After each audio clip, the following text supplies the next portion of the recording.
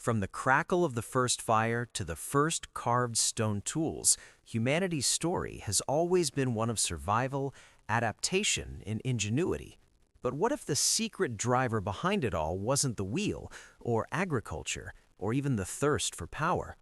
What if the very foundation of civilization, the reason humans gathered in villages, built cities, and developed complex societies, was something far more intoxicating? Yes, I'm talking about alcohol. For decades, a radical idea has lingered in the shadows of archaeology and anthropology: the alcohol theory, or the notion that the quest for fermented beverages may have played a decisive role in shaping human civilization. At first glance, it seems absurd. Civilization is often credited to agriculture, language, and social cooperation. Yet when you peer into the archaeological record, the evidence hints at a tantalizing possibility. Our ancestors might have built society not just to survive, but to drink. Imagine a time tens of thousands of years ago. Humans are nomadic, wandering the forests, plains, and river valleys in small bands. Food is scarce, predators lurk, and life is brutal. Survival is the only priority. And yet somewhere in the wilderness, fermentation begins. Naturally occurring yeasts on fruits, honey, and grains turn sugar into alcohol. The result is a sweet, slightly intoxicating liquid that is unlike anything nature has offered before. This liquid doesn't just taste good, it transforms human behavior. Alcohol relaxes, it encourages social bonding, and, perhaps most importantly, it creates a reason for humans to come together, to cultivate, and eventually to innovate. Some scientists argue that early humans may have stumbled upon alcohol long before they mastered agriculture, and once they discovered it, they began to seek ways to produce it reliably, leading directly to the first experiments in farming.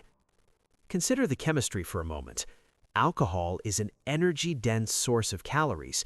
It's easy to metabolize, and even small amounts can stimulate the brain's reward centers, releasing dopamine and triggering feelings of pleasure and connection. In the harsh, unforgiving environments where humans live for millennia, these small chemical incentives would have been powerful motivators. A fruit that ferments overnight in a sunlit clearing isn't just food, it's a source of euphoria, a reason to linger, and an excuse to socialize. And humans, ever opportunistic, would follow these cues. Bands may have started planting fruit-bearing trees or cultivating cereal grains, not out of necessity alone, but because doing so promised the sweet, intoxicating rewards of fermentation. Archaeological evidence supports this idea. Residues of fermented beverages have been found in pottery dating back over 9,000 years in China, where residues of rice, honey, and fruit indicate the earliest known alcoholic drinks. Similarly, ancient Egypt and Mesopotamia both boast long histories of beer and wine, not merely as indulgences, but as central elements of social, religious, and political life. Even in prehistory, alcohol appears to have been more than a side effect of civilization. It may have been a central driver. For hunter-gatherers, alcohol would have been a rare, precious commodity. Its scarcity would have encouraged trade, collaboration, and perhaps even the emergence of hierarchies.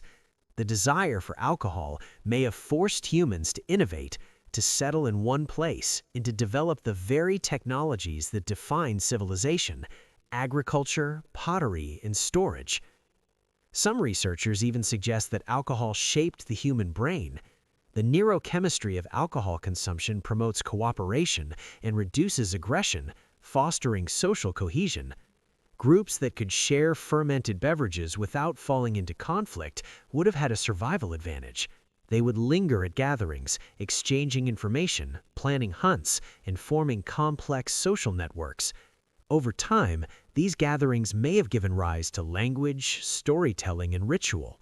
In this way, alcohol doesn't just appear as a luxury, it appears as a catalyst for cultural evolution. Civilization, in its earliest forms, may have been a society organized around celebration and intoxication as much as survival. The stakes of this theory are high, not just academically, but philosophically. If alcohol did indeed play a crucial role in human evolution, it forces us to rethink the story we tell ourselves about human progress. Civilization, long framed as the triumph of rationality and necessity over chaos, might instead be the unintended consequence of a simple biochemical craving. The monuments of our species, the cities, the temples, the irrigation systems, may owe as much to yeast as to ingenuity. And perhaps there's a darker side to this history as well. Alcohol, in excess, leads to disorder, conflict, and violence. It may have both united early humans and sowed the seeds of social disruption, pushing our ancestors to invent rules, hierarchies, and governance. In this sense, the intoxicating elixir of alcohol could have been both the spark and the challenge of civilization itself. Consider the role of alcohol in ritual. Across ancient cultures, fermented beverages were not just consumed for pleasure, they were sacred, symbolic, and transformative. In Mesopotamia, beer was a gift from the gods, offered at temples and feasts. In Egypt, wine accompanied offerings to the dead. In these early civilizations, alcohol became a medium for connecting the mortal and the divine. If early humans were driven by the desire for alcohol, the religious practices that emerged alongside it may have been both a social necessity and a practical strategy for maintaining order. Sacred intoxication could justify gatherings, control consumption, and transform personal indulgence into collective ritual.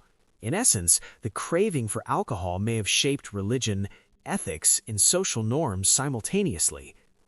But the alcohol theory also challenges our understanding of innovation.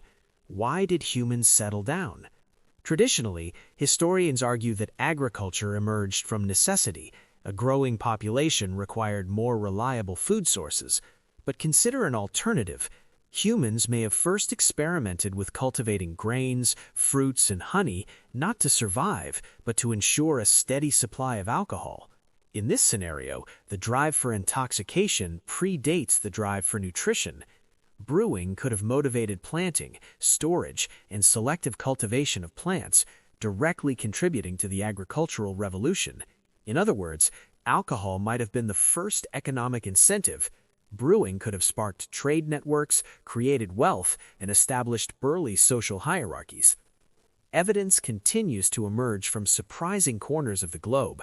Ancient stone containers, residues in pottery, and even fossilized yeasts all suggest that early humans understood fermentation long before they wrote history. Genetic studies hint that human populations evolved in tandem with the consumption of fermented beverages. Traits that allowed the metabolism of alcohol efficiently may have been selected for, giving some groups an edge in exploiting these energy-rich resources. Survival and reproduction may have depended not just on hunting and gathering, but on the ability to metabolize alcohol, tolerate its effects, and navigate the social networks it inspired. Civilization, therefore, may be a story written not just in stone and soil, but in enzymes and synapses. There's also a psychological dimension to consider. Humans are social creatures. Alcohol amplifies social signals, reduces fear, and fosters trust. In a world where aggression and predation were constant threats, the ability to create a chemically induced sense of safety and connection could have been revolutionary. Groups that drank together might have coordinated hunts more effectively, shared knowledge more freely, and resolved conflicts with greater ease. Over generations, these advantages could compound, shaping everything from social structure to cultural evolution. Alcohol, in this sense, is not merely a chemical, it is a social technology, a tool for engineering trust and cohesion in early human communities. And yet, the theory is not without skeptics. Critics argue that alcohol is too dangerous, too unreliable, or too modern a concept to have driven human evolution. But such criticisms may overlook a crucial point. Alcohol doesn't need to dominate life to be influential. Even rare, seasonal consumption could have profound social and cultural consequences. The very anticipation of alcohol, the gatherings it inspired, the rituals surrounding its production and consumption could have reshaped society long before large-scale brewing and agriculture became common. Humans are wired to respond to reward. Even modest exposure to alcohol could have been enough to nudge entire populations toward new behaviors, new technologies, and new social structures. Some anthropologists go further, suggesting that the desire for alcohol may have directly contributed to technological innovation. Brewing requires control over fire, careful storage, and precise measurement of ingredients. It incentivizes experimentation and problem solving. A society motivated by alcohol may have been more willing to invent pottery, refine tools, and manipulate natural resources to meet its cravings. Civilization, in this sense, may have been a grand experiment in satisfying desire, a story not of necessity alone, but of curiosity, pleasure, and chemical compulsion. The narrative extends even into myth. Many of the world's earliest legends involve fermented drinks. The Sumerians, who may have been the first to write, chronicled beer in hymns that praised its creation as a divine act.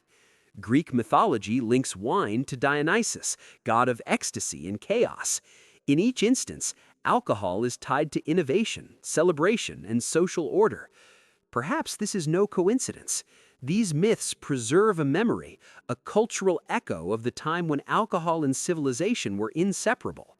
They remind us that our ancestors may have recognized the transformative power of the fermented grape or grain long before science explained it. In the modern world, we often view alcohol as a vice, a liability, or a luxury. But when we trace the arc of history, a different picture emerges.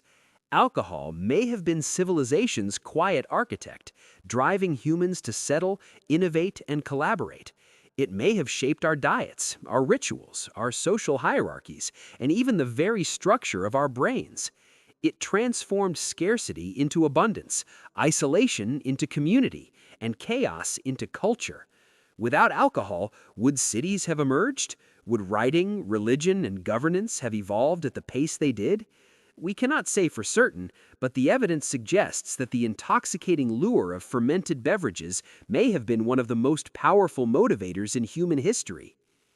Ultimately, the alcohol theory reframes civilization itself. It is a reminder that the forces shaping humanity are rarely purely rational. Desire, pleasure, and chemical reward have always steered the course of evolution alongside necessity, survival, and intellect.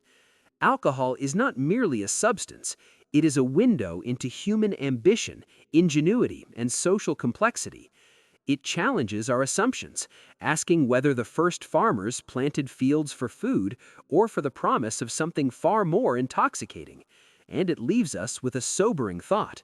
The very foundation of our societies, the cities, laws, religions, and economies we take for granted, may owe as much to yeast and fermentation as to ingenuity and reason. In the end, civilization may have begun not with a plan, but with a drink. A sweet, bubbling, intoxicating drink that offered warmth, pleasure, and community in a harsh and unforgiving world. Humans did not just discover alcohol, they discovered themselves in its reflection, glimpsing a future of collaboration, innovation, and culture.